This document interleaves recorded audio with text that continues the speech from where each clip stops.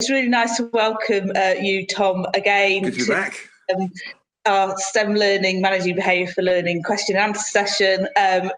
We are delighted to have you here and look forward to your insights into some really fantastic questions that we've got from our participants at the moment. We are going to be starting off with a question from Aniko and Bushra, which really focusing on the different ways in which the methodology is used when you're working with children with special educational needs. And Aniko particularly says, how does she handle ADHD students and other students around the ability of the pupils not being able to necessarily manage their behaviours very effectively due to a special educational need. How would you respond to those two questions? Yeah, and that's a big area, isn't it? I mean, one of the first things that needs to be said is that special educational needs covers a vast array of different circumstances and needs and problems and issues and challenges and complications. It's really important not just to lump them all in together and pretend that they've all got the same outcome or indeed the same effect. I mean, sometimes with the more complex and challenging needs, sometimes you need very, very tailored responses. What I would say is broadly this, is that classrooms in general are social spaces. They are a group dynamic, and there's multiple people operating in one space. In order for people to get along effectively and to flourish in an optimal way, there needs to be a very strong sense of consistency of expectations. And one of the things I always focus on are things like norms and routines in the classroom. Children need to know what the normal behaviour is, what good behaviour is. They need to have it explained to them, they need to have it scaffolded, and they need to have it supported, which means that some children, for example, will find it more difficult to achieve these norms than others. And that's okay, as long as the aspiration is that we're all going to try to meet these norms. Now, some children can't meet those norms for reasons which aren't their fault. An easy and obvious example would be a child with Tourette's, struggling to control their tics, their physical and verbal tics. Now, in those types of circumstances, you wouldn't expect a child like that to simply restrain themselves. I mean, that would be a ludicrous thing. So in those types of circumstances, you make an accommodation for the child, which is to say that we accept that this is the limits perhaps of your behaviour, and we will then change the environment to help you and assist you. So for example, with a child with Tourette's, what that might mean is we will accept that you will occasionally swear and blurt out, but we won't respond to it, we won't react to it, you certainly won't get in trouble for it, and we'll agree to get along with each other on those grounds. A crucial part of the contract though with the class is that the class has to know that there's an exception being made. And accommodations are super important, not just for equity and ethical reasons, but also to meet the needs of the student. But in those types of circumstances, in order not to simply explode the norms and routines of the classroom, the other students need to know that an accommodation is being made. Now, for explicit special educational needs, like, for example, Tourette's or wheelchairs and so on, it's obvious and easy to see. And it's actually a very good thing to have a conversation with the rest of the class and say, little Ryan will occasionally blurt out and swear. It's a condition called Tourette's. Let's talk about what that means. We hope you understand it now, and that's why he doesn't get in trouble. But we do expect you not to swear at us because. And the fascinating thing I find about that kind of accommodation is that 99% of kids get it, and they totally understand it, and they go, all right, fair enough. And they understand that it's okay for Ryan, but not okay for them, because Ryan's really struggling with it, and he doesn't have the ability to amend that. There's other issues where we make accommodations, but we also offer supportive interventions because we're trying to help children develop better habits or to develop ways in which they can work with their special educational needs in a way which helps them aspire towards the classroom norms. So, for example, if a child gets something like ADHD, they obviously have an enormous barrier to their behaviour, and it's not as easy for them to behave as with other children. And sometimes they'll also find themselves feeling the need to behave in a way which is not optimal for the classroom, but they find very hard not to. In those types of circumstances, two things need to happen. First of all, the class still needs to know that an accommodation is being made to support the child because we accept that some people have more difficulties and challenges in their lives than others.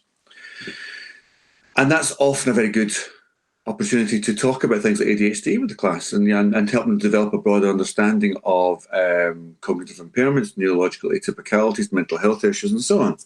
At the same time, what we mustn't do, and this is where it gets a little bit trickier, is we mustn't simply condemn that student to the limits of their own behaviour and say, we don't think you can ever change and we don't think there's anything you can do to amend your behaviour. Because very frequently students with ADHD can develop techniques and strategies which helps them with their behaviour. And it isn't, it isn't an understanding that they can just pull themselves together, but that there's things we can do, perhaps interventions outside the classroom, nurture work, therapeutic work, and so on, which helps them to develop better habits. So on that understanding, if you've got a child with ADHD in your class and it's being diagnosed, I mean, it's crucial that these things are diagnosed. We mustn't play amateur psychologists and amateur psychiatrists ourselves. It's absolutely crucial that you don't think, I think this child's got ADHD. You know, it must be referred to and ascertained before we make those types of decisions. But if a child does have clearly defined and ascribed ADHD, then in those types of circumstances, you discuss with the class the accommodations you're making with their behaviour, but also with the pupil, you discuss ways in which they can then try to improve their behaviour bit by bit. Many children with ADHD can, with practice, develop habits of responding to their ADHD impulses with strategies which helps them to meet the classroom norms better than they could have done before.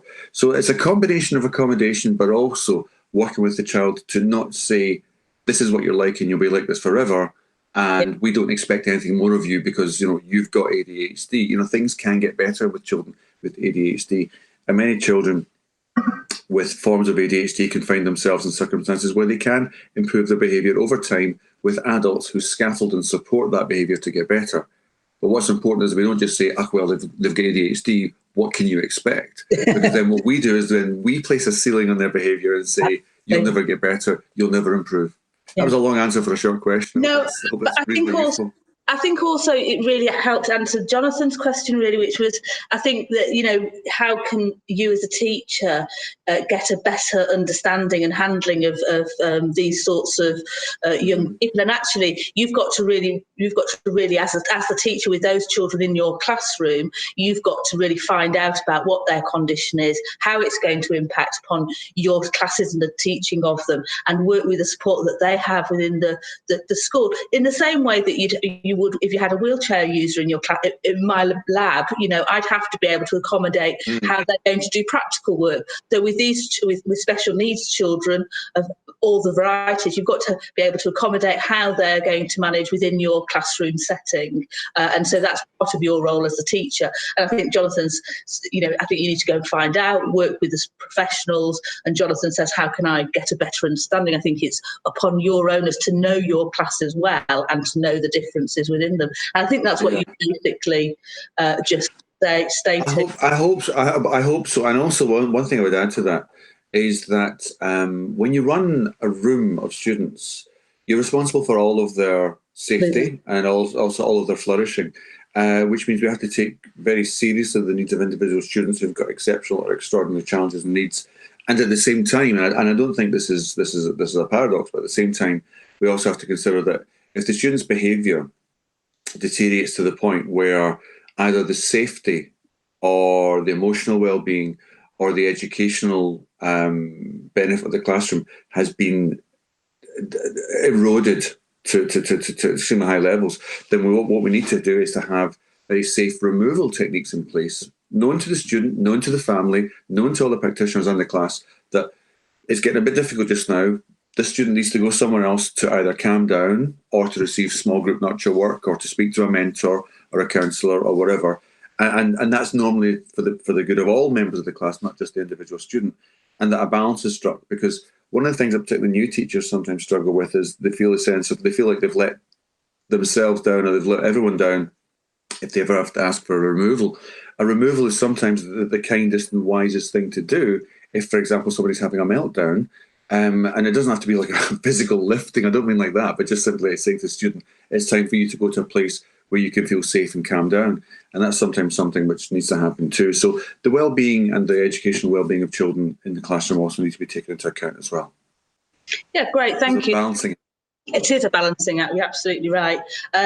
So we're moving on to some other questions that we've got. And Yulia and Luke have talked really about parental expectations. Yulia talks about parents wanting her to be more strict with their children and frighten them, make them work harder, and not be too friendly. That expectation is quite an interesting one, because Luke and Vicky have got the alternative of, sort of trying to get more disengaged parents involved. So that's another balancing act. If you could talk about Yulia first and say, well, how would she respond to parents who say that she's not strict enough and she needs to be less friendly? That's a super interesting question. God, you can go in so many different directions with that. Number one is this: I have no idea of what Yulia's style is, and I'm certainly not going to judge her. I'm sure she's wonderful. So I'll talk more kind of generally about this type of issue, which is that sometimes, shall we say, parents deal with their children in very different ways to the way we would deal with them in a classroom, and sometimes they expect more or sometimes less from us than they would do themselves. Frightening a child is never a good look, and it's never a good strategy, because if you make a child feel threatened, then it's less likely that they're going to learn or engage with the lessons in a positive way. Now, I mean, certainly some children, you could frighten them into the sense of compliance, you could frighten them into doing as you've asked them to do. But that's not how you help a child to flourish or how you nurture a child. Children need to feel safe and relaxed enough to learn, but not so relaxed that they feel they don't have to do anything. There is an optimal level of stress. I mean, and we know this from everything we know about psychology, that too much stress is suboptimal and too little stress is suboptimal. The children need to feel a little bit of pressure, but not too much pressure. The relationship we're looking for between the classroom practitioner and the student is exactly as I've described: a teacher to a student, an adult to a child. The relationship shouldn't be, the jailer to the jailed, the slave to the slaver. It shouldn't be as negative as that. Sometimes it is worth listening to parents if they recommend, for example, that, particularly with new teachers, they may find, for example, that their boundaries are too loose. They might find that their declared standards and norms and routines are too lax and too slack, because children will take advantage of that too. If a child feels that the teacher is trying too hard to be their friend rather than their teacher or an adult, some children will love it and really respond to it, but some children will also go, oh boy, it's Christmas, we can do what we want. So again, a happy medium has to be struck. And the thing I recommend to particularly new members of staff, but all members of staff, is to try to think of your teaching persona as a persona. It's the teaching version of yourself. And what would that look like? And once we start to think about that, we can start to think about role models we've had in our own past, people we've admired ourselves as being teachers. And normally what that means is people who are quite assertive, but still caring, but who've got a mission in mind for us. They care about us, but they also care about our educational well-being, which means that sometimes they won't just let us do as we please. Sometimes they'll push us a bit harder than we want to be pushed ourselves, but they'll do so in a compassionate way. And it's something which sometimes takes a lot of people some time to acquire. Some people frequently think, well, I want them to like me. And the interesting thing is that I think that being liked is certainly a noble aspiration, but if you try too hard to be liked, you end up doing things which are contrary to the well-being of the children. So, for example, you'll give them, too many treats, or there'll be too little educational value to the lesson, or the content will be harrowed for the benefits of the relationship. If you say to most children what kind of teachers are the best teachers in school, they never say the one that lets you do anything. They always say the teacher that you knew where you stood with them. And sometimes they're a wee bit strict, but they were the grown-up and we respected them for that. And that's often even the very naughtiest children will say that too. In those types of circumstances, we find that when children know that the teacher is assertive and cares about them, that's crucial, that they care about them, but they care enough about them to make sure that they work harder than they want to themselves, then we frequently find that children like that teacher too. So there's a side benefit to it, which is that you get liked anyway.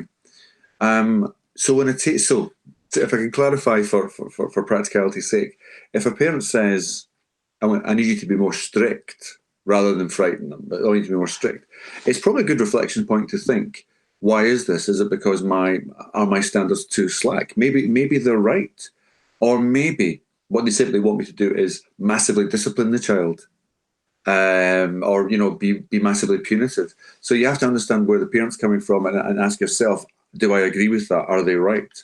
But perhaps use it as a potential learning experience for yourself and reflect upon how consistent we are in the classroom, how consistent our reward and sanction systems are, how consistent we are relationally with them, how clear my instructions are, and so on. So it might be a useful learning opportunity, but in terms of frightening children, that's never a good look. So the second one I was going to talk about was Luke was talking about he didn't think that parent meetings or 5-minute parent meetings were enough contact with parents, and so should he be gaining more contact with them through social media? How much time should you be committing to contacting parents? Right. And then Vicky's also sort of talking about that. How much time do you try and get parents to engage with the school if they're endorsing their children's poor behaviour and not engaging with school? So it's about how much time and effort should you put into that parental contact. Great question. I think it's terrific that they're thinking about how you build up relationships with parents, because parents are often the forgotten stakeholder in this circumstance.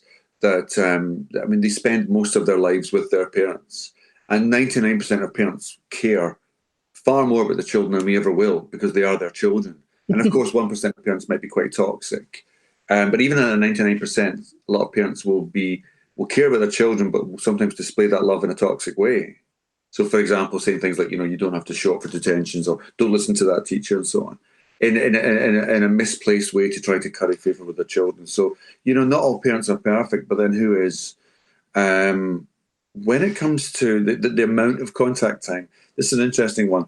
If you're a primary teacher, you've got a small class, you might very well have a lot more time to deal with the parents individually over the year. You might actually even develop quite a personal relationship, particularly in the school gates at the start of the day, drop-offs and pickups and so on. If you're a secondary teacher, if you teach a carousel subject like humanities or something, you might end up seeing 250 students a week. So you can still develop a good relationship with all your students, but it's far, far harder to then commit that amount of time to try to develop an equivalent level of relationship with all of your parents. And there comes a point in which we need to consider the work-life balance and the law of unintended consequences, and how much time is actually useful investing in developing these relationships. Sadly, we find that because time is finite, and it's the one thing they're not making any more of, we find that we tend to have to prioritise the face time that we give to parents. So it tends to be, perhaps understandably, the parents of children who need the most attention, who need the most focus, who need perhaps the most behaviour modification or the most support. And I think that's just going to be a fact of life, and it's something which we neither celebrate or denigrate, but we just recognise that that's the way it's going to be unless you've got infinite amount of time. I would certainly recommend that we proactively target those parents. So if you've got any feeder data or information, perhaps from a previous school or previous nursery or early years, you might already know some students are going to need more support, some students with which you'll need to develop stronger bonds with their families. So in which case, I would thoroughly recommend calling those families' parents long before you need to. In this context, needing to is as soon as you've heard about them, so that you develop an emotional bank account with these parents, so that when you do have to speak to them about something perhaps a bit more serious, there's already a pre-existing relationship to draw upon, and to create a far healthier frame as to how the relationship's going to proceed, rather than making the first encounter with a parent, your child's in trouble, or your child's let me down, or something like that, which can often provoke quite a negative reaction. So proactivity is massively important and will save you time in the future. It also means that when you do meet up with parents, you have to make every second count. So if you've got a parents' evening 2 or 3 times a year, or whatever your school prescribes, you need to make sure that you've already pre-scripted what you need to say to that parent in advance. In fact, if at all possible, try to supply them with some information in advance of the meeting, so the meeting can start from, you can hit the ground running. Which is often possible, maybe not individually, but through the school systems. The school should have some kind of delegated informational system or communication system with the parents, perhaps texting or some kind of email service like Tapestry or something like that. On that note, Social media is a minefield when it comes to these types of circumstances. It's far, far better if you can go through official school channels. For example, systems like, is it Frog and Tapestry and so on, things that the school actually uses to communicate broadly with all parents at once, and sometimes specifically with some parents. Otherwise, you'll find yourself as a teacher being bogged down in email after email after email, which can then sometimes, if relationships deteriorate, can swerve down some very dark alleyways and pathways of, you said this and then you said that, and that wasn't professional, and I disagree with that, and referring back to your email 6 months previously and so on. Far healthier and safer if you can go through a school channel.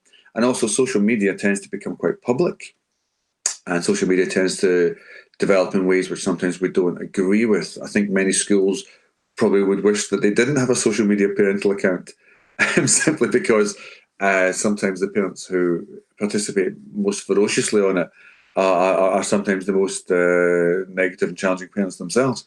So there's a trade-off to be had here. So I would certainly say, make sure that your encounters with parents count. Make sure you phone them before you need to. Make sure when you do speak to them, you've got things ready to say to them and questions ready to ask them and information ready to give them, rather than simply saying having a general 5-minute chat about how their evening's going and then launching into the nitty-gritty in the last 30 seconds of the encounter. Most parental evenings are quite unforgiving when it comes to timekeeping. That's great, thank you, Tom. That leads us on to a couple of questions that we've had around fairness in rewards. So Roxanne and Ruji and Janet all mention about how are you fair? How are you able to be consistent and fair when praising positive behaviour? And I think that some students, and Roxanne makes the point that some students who need to be more tolerant of are rewarded more, so that it's, the ones that are just generally good are not as rewarded as often. So how do you maintain that fairness? I think there's another great question. I think it goes to the heart of some of the bad practice we have when it comes to rewards. First of all, I believe in rewards and I believe in sanctions. I think they are useful aspects of your behaviour management system. I don't think they should be the be-all and end-all of the system, but I think they are an essential part of the system. And I think that's a point in the debate that frequently gets lost. Secondly, if you are going to use rewards, unless we're careful, they can be damaging to the child's well-being. And let me explain what I mean. If you reward a child for performing an action which you want them to perform, the danger is that they then become habituated by that stimulus. The danger is that they then start to expect the reward for the behaviour, which means that if you don't provide the reward, they don't provide the behaviour, which is a form of conditioning that we wouldn't want to celebrate in a classroom. At the same time, we do acknowledge that people deserve rewards, that when it comes to rewarding people, the word justice, what justice means is that people get what they deserve. So you have to ask yourselves, what do they deserve? Now, this is a slightly more interesting question. When we use rewards, we have to ask ourselves, why are we using rewards? What is it that they're recognising? And I would say that for newer teachers in particular, but for any teacher, it's important to recognise this distinction. That some rewards are to encourage and motivate children to change their behaviour. And other rewards are to recognise consistently good behaviour. And there's a big difference between those two types of things. Because in the first instance, we have the circumstance that many people will be familiar with, whereby we use rewards as a behaviour modification technique. Okay, so who gets the most rewards? The people whose behaviour needs the most modification. Okay, so who's that? That tends to be the children who misbehave the most. So what do? We set them small targets and say, if you do this, if you bring a pen in or something, I'll give you a lollipop, to use a blunt example. The problem is then that the children who always bring in their pens say, where's my lollipop? I brought in a pen today too. That's problem number one. Problem number two is the children who always bring their pens feel like they're not getting any recognition themselves for doing things which they consistently do all the time. Which brings us to another point, which is that if you're going to use a reward as a behaviour modification technique, that's fine, as long as we also recognise we need to reward children for consistently good behaviour. And that's two very different types of rewards. I would recommend, for example, that you might use, if you have a school merit system where points are accrued and then they're traded in for some kind of external prize, that you make that for things that everybody in the class can try to do and achieve. And then if you have students whose behaviour you're trying to modify individually, you create an individual target and reward system for them. So it could be, for example, something which isn't necessarily quite so public, something which is, if they bring their equipment in for 5 days in a row, at a private meeting with the head of year at the end of the day, they'll be given a certificate or something like that, rather than using the exact same merit system which everybody else uses, because it is unfair to have some people on one track of that merit system and some people on another track. It's just one of the dangers and difficulties of using things like a merit system or a point system where rewards are accrued. So individualise and personalise the rewards for children whose individual behaviour you're trying to modify, and create whole school behaviour recognition systems for things that everybody can achieve. Now, this brings us to one last point, which I promise you, this is my last point, which is that when it comes to rewards, one of the ways in which we can avoid the difficulties of that type of system, this kind of enormous Argus catalogue reward system that we've just described, is to realise that the real rewards, the real incentive, the real motivator for just about everyone, unless they're a psychopath, is sincere, targeted, proportionate praise. It's status rewards. It's Maslow's hierarchy of needs. It's the sense of being valued and recognised by people, which means we can target that and make it proportionate and very, very individual. So the child that never brings in their pens and then one day brings in their pens, you go up to that child and you say, "Thank you very much for bringing in the equipment today. You know, I noticed that you matter to me." Now, you don't say it in front of everybody because they'll feel stupid. And the child who brings in their pens every single day, you might say to them after 3 or 4 months, "Can you wait behind for a few minutes, please? At break time or whatever. Thanks for waiting behind. I just wanted to say, I noticed that you're always on time, you always hand in your homework, and you always bring in your pens. Thank you very much for that." And they go away glowing too. You individualise it and you personalise it. And what you don't do is try to embarrass them in front of each other. And that's where judgment and relationships comes in, because you have to know the children and what they're capable of and what they normally do. So the best form of reward is sincere, targeted, proportionate praise. And that's one of the ways in which we avoid the enormous traps we can fall into with the more formal merit-based systems. Yeah, I think that's really interesting, because that sort of moves on to Greg's question, which is about recognition. Which is about recognitions boards, and some students don't want to have that recognition. Yeah. They don't want that to be shown in that overt way, and object to their name being on these boards for doing good things. How do you handle that sort of thing? I think it sort of links in with your personalised sort of answer, really.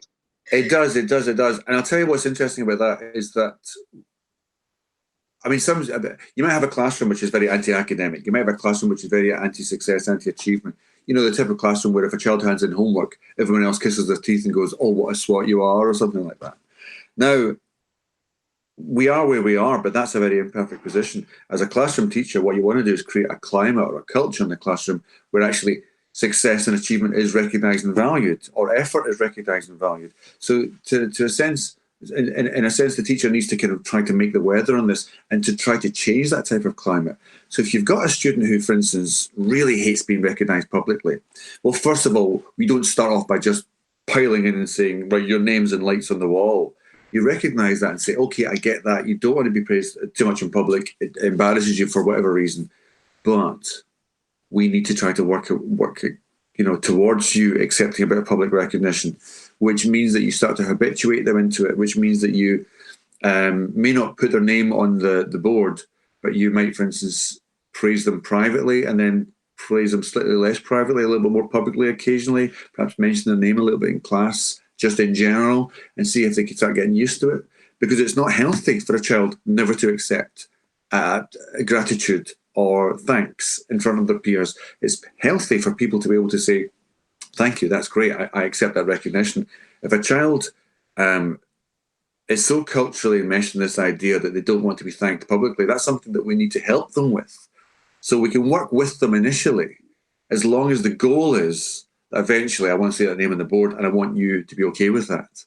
if you see what I mean. So I don't think we help them by saying, okay, I will never put your name on the board, because all we're doing then is we're enabling the anxiety that they feel about being good and so on. And a lot of children have got big self-esteem issues. A lot of children don't want any attention to be drawn to themselves, and that's fine, but we need to teach them to be able to handle a little bit of attention. Otherwise, they'll live hermit-like existences where they constantly feel themselves to be worthless, which is something we can't support. Right, thank you. So there's a really interesting question that we've not had before from Karen. One of the activities on the course is a Fruit of the Loom example, which is basically where a teacher seeks out students wearing sweatshirts with a tiny logo on them instead of a plain black one. And they become a bit of a laughing stock of the school for their relentless pursuit of consistency amongst that, and where do we draw the line for this? How do you balance this relentless consistency and a pointless pursuit? Is my question. Is what Karen's question? Well, really, that's an interesting question, and it's probably no surprise that it centres around uniform. Yeah, because uniform is one of these eternal bugbears or chimera of educational debate. People in other countries look at the UK with absolute puzzlement as to why we're so obsessed with uniform. Now, I'm not married to the idea of uniform, nor am I militantly against uniforms. I think uniforms can be used as a really useful unifier. I think they can be used as a really good way of kind of codifying the expression of what the group identity is. I think it'd be a really useful way of teaching children about pride in their appearance. It can be a really useful way to combat the arms race of designer fashions and so on that children get. And I think there are lots of good reasons to use uniforms. I also think that what uniforms can achieve can be achieved in other ways too. And I'm happy to support schools in either way. If you're going to have a code of anything, let alone a uniform code, but if you're going to have a code of conduct, a code of expectation, then you have to have that code of expectation. Which means if you say something like no mobile phones in the classroom, then everybody needs to do it. Otherwise, it's not a code. And everybody should work towards it and support one another for it. Which isn't to suggest that every teacher should slavishly copy every other teacher in everything. But what it does suggest, if the school has a red line on something, if the school has a non-negotiable, then that non-negotiable has to be followed. Exceptions can be made, but exceptions must be exceptional. So a child might have a mobile phone if, for example, it's part of their heart monitor or something like that. There's always an exception to a rule. So going back to uniforms, if you've got a uniform code and the uniform code says black T-shirts, no logos, and the teacher, mentions to children that they shouldn't be wearing things with logos, then I can't really blame that teacher if they're just doing what the school's asked them to do. I mean, we talk about an obsessive adherence to rules. I mean, something like not having a logo on your T-shirt seems fairly. I wouldn't suggest that was an obsessive thing to try to enforce if that's what the school said, because the teachers that don't do it are making it harder for that teacher to do it. And while they might be laughing at them for doing it, what they're basically saying is that code doesn't apply to me. And while you might laugh at a uniform code, if it was something like no mobile phones, or no knives, or whatever, whatever the code is, if there's a code and some people don't do it, it means it's not a normal routine anymore, which means it's harder for us to do it. So I've got some sympathy for the teacher who's pursuing what they've been asked to do. Having said that, if the school policy is black T-shirt and it doesn't mention anything about logos or small logos or whatever, then perhaps that might be viewed as somewhat obsessive. But the school really needs to clarify this. Otherwise, what we've got here is a tension between what the school's asking people to do and what the teachers are trying to enforce. So I think that's where the tension lies, not the one teacher's particularly obsessive. Because, of course, that teacher may have come from a school where the uniform code was scrupulously applied or meticulously applied, and they've just come to a school thinking, well, that's perfectly normal, that's what I should be doing. So, I mean, I've got some sympathy for both sides of the argument here, but oddly enough, or perhaps not oddly enough, I've got a lot of sympathy for the person who is pursuing what they've been asked to do. And I think that some schools are responding to that sort of blurring of the uniform lines in such a way as that they will prescribe a particular style of trouser or shoe, and these are the ones that we have. Yeah. Because they have these issues with some people. Young people will always push the boundaries in terms of uniform, won't they? And so you have to get the balance right there. Well, if I just pick that point up, Becky, that's a great point you made there.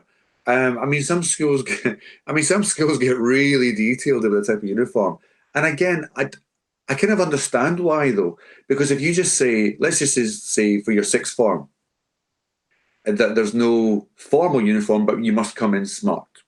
All right, you must come in smart casual, and that sounds great. We're empowering them, we're allowing them to be young adults, but then inevitably what happens is that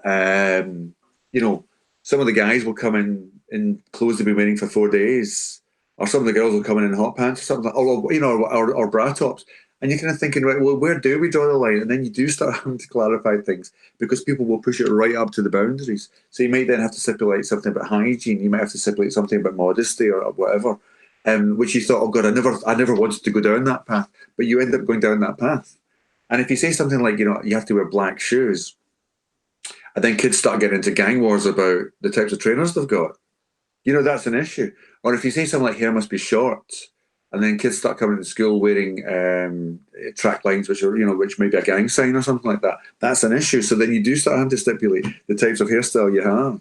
So, to the armchair observer, it might seem pathetic that schools are stipulating these types of things, but very frequently they're done for very specific reasons. So as I say, I've got a lot of sympathy for schools that enforce a uniform code, because even in countries that don't have formal uniforms, they've still got a uniform code.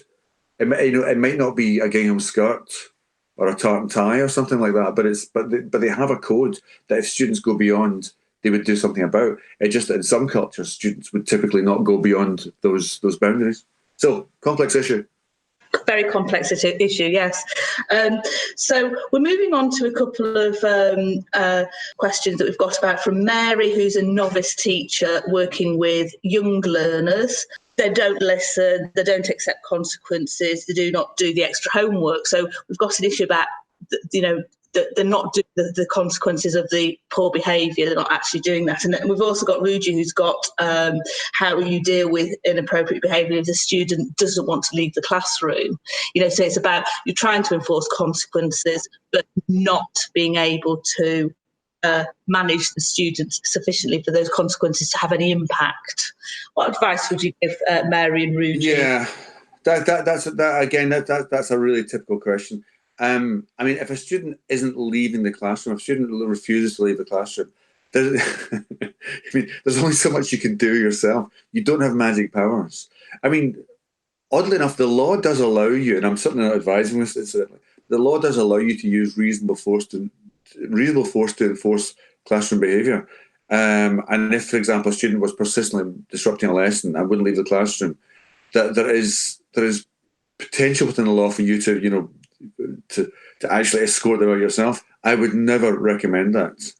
It's simply because the law is too grey, and what constitutes reasonable force and so on it's not robust or secure enough a foundation for any teacher to rely upon. And also, I wouldn't want teachers to feel they had to rely on force to enforce their classrooms. So, given that you can't really make them leave, the best thing you can do is, first of all, make sure you've got an effective removal technique or removal strategy in place, which enlists somebody else. And all schools should have a removal strategy system in place. If a student refuses to leave the classroom, you then call somebody, and that person then comes along. Now, only in the most disruptive of cases will a student completely refuse to leave the classroom, no matter who comes along. Although I have seen it happen, and it's not pleasant. So enlist somebody else for a start, and there's no shame in that whatsoever, but you must have a system in place. Like a student goes to get somebody, there's a button on your Sims system or whatever, you've got a method of sending a note to the office. So that needs to be done in advance of it happening, because it will happen occasionally. Second of all, if students don't turn up for consequences and so on, it's a mistake to feel that consequences are the only way in which we run behavioural systems. One of the things I talk about a lot, and I'll briefly super summarise it here, is that in order for us to get students to behave, we can react to the misbehaviour, but we can also be proactive with the behaviour. By being proactive, I mean we can teach them the behaviour we want them to do, which means being utterly clear about it, and not just telling them, teaching them, which means taking time to patiently unpack and explain what entry routines look like, departure routines look like, what good conduct within a lesson looks like, rather than just saying, I want you to behave. Because many children have got a very vague idea as to what behaving means in your classroom. So the proactive side is incredibly important, which means that students have got something towards which they can adhere. Consequences are then used to reinforce that teaching. So if children fail to meet the standards which you've taught them to do, then you can, for example, sanction or reward or re-explain or reteach, or have a pastoral meeting or call parents or whatever. And for teachers who are just struggling, for students to deal with to adhere to consequences, what we sometimes see is that they're primarily relying on consequences as a way of modifying behaviour. And first of all, I would ask them to think, how much am I teaching the behaviour I want them to do in the first place? Are they only ever hearing about behaviour when they fail to meet it and I'm getting them in trouble? So do they have this incredibly negative understanding of what behaviour means? You know, I only hear about you when you're getting on my back, you get me in trouble. This is why children say things like, you're always picking on me. Because to them, their experience of interaction with the teacher is always negative. I'm always in the wrong, I'm always in the wrong. Even if they are, which is frequently. Now, in those circumstances, if a child fails to, for example, listen to a consequence, a couple of things. Number one, your consequence system should have an escalating tariff. So if they go from a 15-minute detention, they go up to a 30-minute detention, or they lose their break time to they lose their golden time to a parent gets called in, their name goes up and down a board, whatever. You know, there's lots of different consequences. So escalate the consequence in the first instance.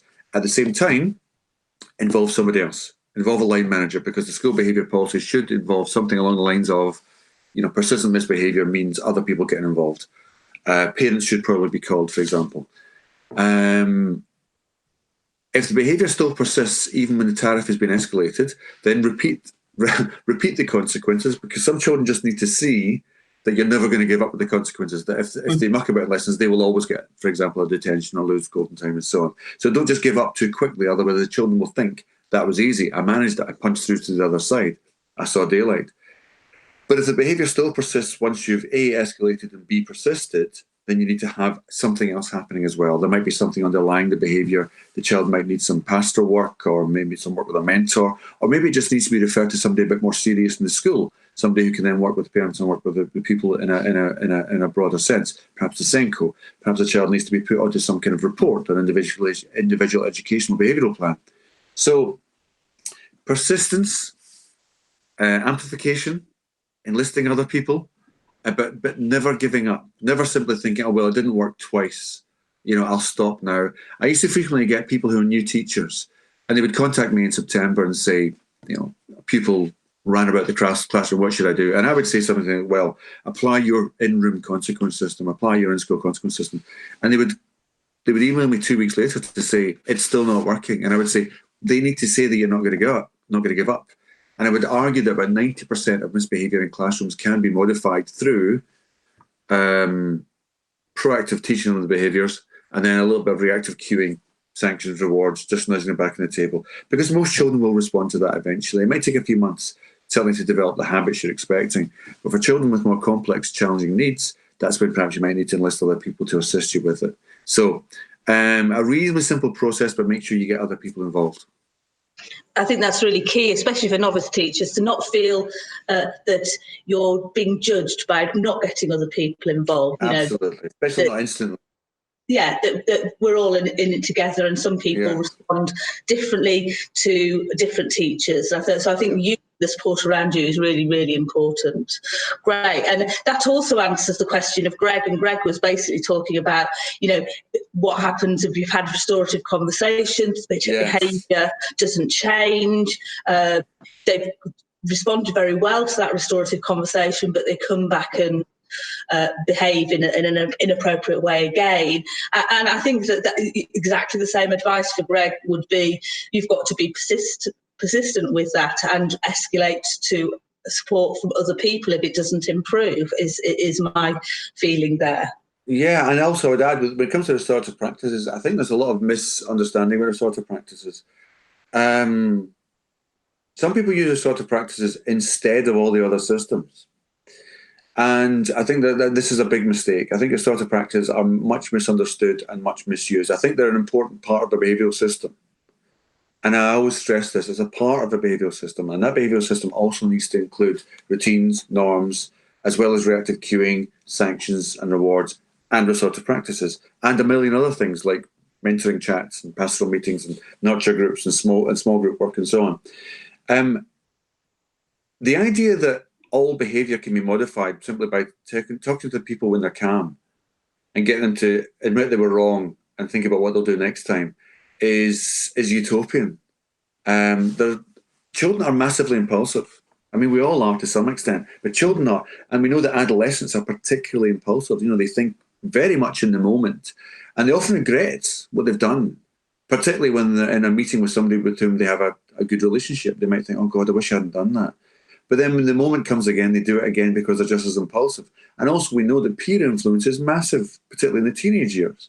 So if you are with a group of people who are egging you on, or you think you're going to get some kind of status reward by misbehaving, the teacher's not looking or the teacher's not there, and you're impulsive, that is a very, very difficult cocktail to resist. So we're thinking, so how do we then modify the behaviour? Well, it might not just be by getting them to admit they did something wrong 3 hours later. It might be by acknowledging that A, some children will continually repeat that behaviour, and B, some children don't mean what they say. I mean, children are very good at saying what you want to hear in a restorative meeting, which is why I think restorative meetings can never replace all these other forms of behaviour modification. Which means we come back to, for example, good old sanction systems sometimes. You know, if a child sits in a restorative chat and says, yes, I know what I did wrong, and I can see the impact it had, and I can see the impact I had on myself, and then go and do it again. Well, you know, maybe they need a good old detention. Maybe they need their parents to get called in. Maybe they need to be scraping chewing gum off a table for half an hour. You know, whatever your sanction system is, maybe they need to be doing that. And maybe it needs to be escalated. Maybe they need to be removed from the classroom occasionally. Maybe it needs to lead to, you know, half a day in a removal room or something like that, supervised by an adult, so they realise that their behaviour is serious. Because the danger of just using things like a restorative chat is that the child doesn't see their behaviour as particularly important. They don't see that there's any particularly unpleasant consequences for behaving that way. All they get is a nice chat with an adult afterwards. And sadly, what you can do then is you can actually condition children into thinking that misbehaviour isn't that bad at all. So weirdly enough, you start to normalise and condition them to believe that the behaviour is okay.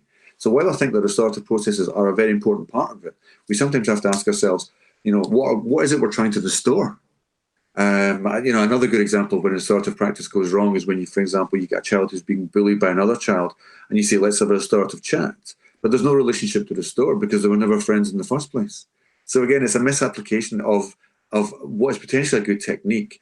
But if you're using a hammer to do something that a screwdriver is required to do, then you're using the wrong tool. And sometimes restorative practices are the wrong tool. Good point. Thank you for that. It's interesting. We've sort of got talking about school culture quite a lot, and I've got a couple of very interesting questions about school culture. And we've got one from Peter, which is, how does the teacher employ the principles advised in the course in a school that has an oppressive authoritarian behaviour management regime? I liked that question. It's interesting because, you know, it's really hard for me to know what the school is actually like, because some people's view of oppression and authoritarianism is very different from other people's view of oppression and authoritarianism. You know, it's weird because sometimes when I think of some of the strictest schools I've ever been to, and I must have been to about 400 schools now in my Gandalf-like career, strutting up and down the schools of England and abroad. So I think of strictest schools. I sometimes think of some really, really effective PRUs, pupil referral units, you know, alternative provision for children with the most challenging, with the biggest challenges. And in those circumstances, there's enormous amounts of, you might say, strictness and discipline, but at the same time, there's very, very high levels of compassion. These are places with, you know, masses of therapeutic interventions and one-to-one mentoring and small group nurture work and so on. And at the same time, these are often places where there's very, very strict stipulations about behaviour and consequences to behaviour. These are places that have got, you know, sometimes these places have got, you know, padded rooms for children who have meltdowns. I mean, you know, these are not, shall we say, soft places, but at the same time, They can be very, very positive and approachable. And sometimes what some people think is an oppressive system, to me, is simply a school with very clear outlines of what the behaviour is like. And those types of schools can often be the safest place where no bullying occurs, where children feel safe, and where they're treated with dignity. So I do alarm bells start to flash when I hear the school is oppressive. I mean, oppressive to me would be, you know, unnecessarily punitive or unnecessarily strict. But then that's a very subjective statement to make. Absolutely. In a circumstance like that, what I would recommend a student to do, and I know this is a hard thing to recommend, but it's the truth, is to find a school with an ethos which is more in keeping with the type of systems that you want to work with. Because I know this, you will never be happy working in a school which has got a massively different ethos or value system to what you believe in. And the second thing I would say is maybe watch and listen to the school carefully and try to work out why they're doing what it is that they're doing. Maybe they've got a point, or maybe they are oppressive and authoritarian. Who knows? Who knows? Yeah, that's a really good. That's because we've got on the converse of that. I thought your answer around, you know, you've got to fit the culture of the school that you work within is really important. And Elizabeth has got a main question, is that she's got the converse situation where she's got the behaviour management for her students, but hasn't got the support of her department, school, or administration to back her up. It's not a supportive environment. It might be that there isn't a very clear behaviour management system or expectations. And, you know, so how do you, I think it's probably a similar response to what Peter said. It is. You know, to be honest, the second comment, the comment you just made there, is, in my experience, a far more common for teachers to tell me. I mean, I remember I used to be the agony uncle for the TES behaviour column online, and you know, so I saw, you know, thousands of questions, and one of the most common questions, probably the second most common question, genuinely, was, I'm trying to enforce behaviour systems in my classroom. I'm a new teacher, and the school's not backing me up, or they don't show up for meetings, or they just let the kids off when I pass them on or off the system. So I think that's probably far more frequent. And I very rarely do I hear people say, this school is too strict for me. So I don't know, maybe that's a sign of the times. You know, maybe some things are cutting through, who knows. But if I guess I would repeat one point, which is that if the school's value system is radically different to your own, you will never be happy. So by all means, you know, make the best of it and try to learn from the school and see what you can learn from it. But it might be best in your own best interest and in your own mental health interest to go work somewhere which deals with children the way you would like them to be dealt with. Secondly, I think that it's very common for school behavioural systems to be imperfect. If I can be as bold as to say something like that, I think it's very common. I think that there's very little behaviour management training for teachers through ITT or teacher prep. There's some, and some of it's good, but a lot of it's not. And if you're a school leader, there are very few pathways to learn good behavioural structural systems from a whole school perspective. So actually, I've got quite some sympathy for school leaders. You know, very frequently they don't know how to set up a whole school behaviour system because nobody's ever shown them. And again, there are some great teachers and there's some great school leaders that do this wonderfully. So those types of systems, what we frequently would see is teachers not getting a great deal of support, or school leaders expecting teachers to do all the behaviour management for them and so on. Whereas the ideal situation is where you get everybody knows what their role is, and the teachers do what teachers should do, and then the school leaders support what the teachers do and do what they should do, and that everybody meshes beautifully. But I very frequently see this situation where sometimes school leaders think it's all the classroom teacher's responsibility, and sometimes the classroom teacher thinks it's all the school leader's responsibility. So, you know, both of these are very dysfunctional systems. And so, as I say, try to find a place that's value aligned. And if the school doesn't back you up when you're trying to run the behaviour policy that they themselves have announced, if you're looking at the school behaviour policy and you're following it to the letter, and the school isn't backing you up, then they probably don't deserve to have you because they're dysfunctional. You know, and again, it's a hard thing to do because I know that you can't just change schools like that, but it certainly should be something which is towards which we aspire. And I think schools need to sharpen up their act and ask themselves, is my behaviour policy just something that sits on the computer and looks pretty? but is our behaviour policy something that we live and breathe and teach people and use to support people? I think that's really interesting and sort of like reflects the new Ofsted framework at the moment as well, in terms of that behaviour judgment being able to be really key. I think one final question from me is to help those school leaders. Help, I suppose, some teachers and leaders know more about behaviour management techniques. And this is from Alma, who was wanting to talk about the more recent research on behaviour management. And he mentions the Elton report. Now, the Elton report was from 1989, so it's quite well been superseded. And I certainly know that your work, Tom, for the DFE, which we'll post the link to, is more recent for that. And but is there any other research that you could refer to for, about behaviour management that people might be go to? Yes, there's a couple of things I would recommend. I'm going to be slightly vain here, and the first one is something I've composed myself. I can only apologise. Which is the 2-page summary for the Early Careers Framework, which was put out just before Purda, just about 3 or 4 days ago. Yep. So the Early Careers Framework is on the DFE website, and attached to that there's an appendix of a recommendation of what early career teachers need to know in terms of running classrooms. And in the Early Careers Framework, there's linked to some of the research behind that. But essentially, it's a focus on routines, norms, proactive behaviour management, and then a reactive style, and then a few bullet-pointed tips. So that's a very short read, and it's a very easy thing to summarise and pass around for new teachers. And secondly, a wonderful piece of work from the Ambition Institute, which I noticed only yesterday, and it's been written by Harry Fletcher Wood. And if we could dig out a link for that, that'd be great. And it's essentially how to teach the science of teaching, what we know about from cognitive psychology, and what's useful for teachers to know, but also what's useful for teacher trainers to know. And a lot of that is very applicable to the types of behaviour management processes that I also advocate. So it's things like, normative messaging and proactive cueing and so on, in terms of helping children learn. Because the way in which children learn academic or propositional content or skills-based content is very, very similar, I think, in the ways in which we teach children behaviour. One of the things I keep coming back to is that we don't just tell children to behave. That's about as useful as telling somebody not to smoke. I mean, most people have got a vague idea that you don't put cigarettes in your mouth, and that's how you don't get lung cancer from it.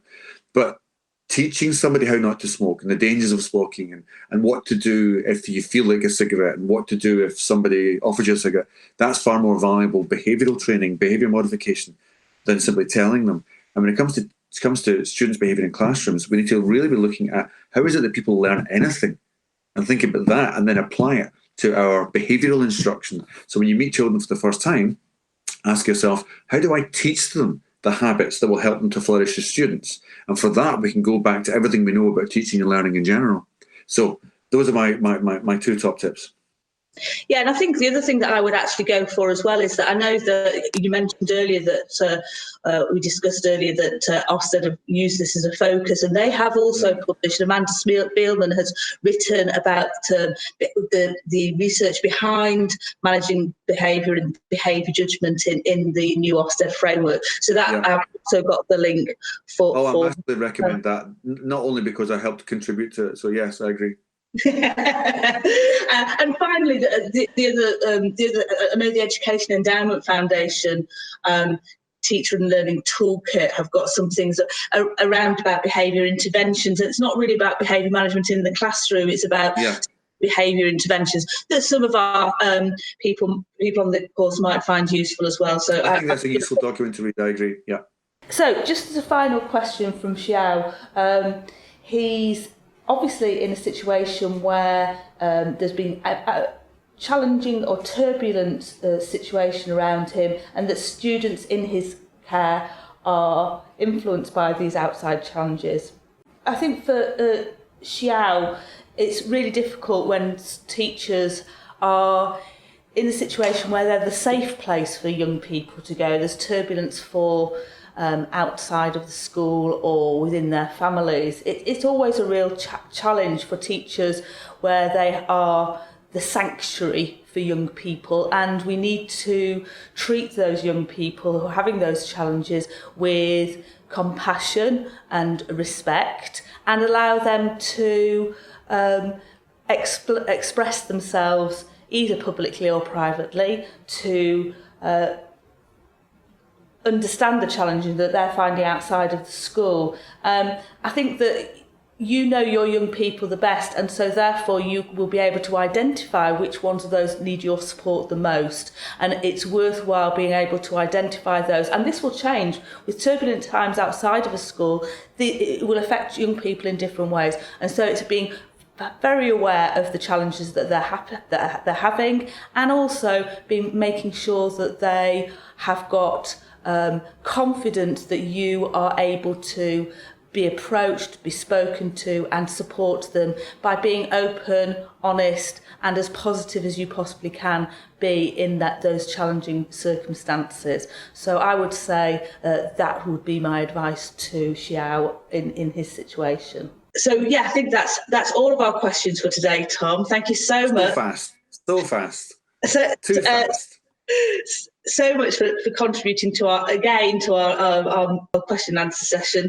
It's always a pleasure doing this. I really enjoy it. So once again, a great pleasure, and I hope it's useful to some of your participants. Thank you very much.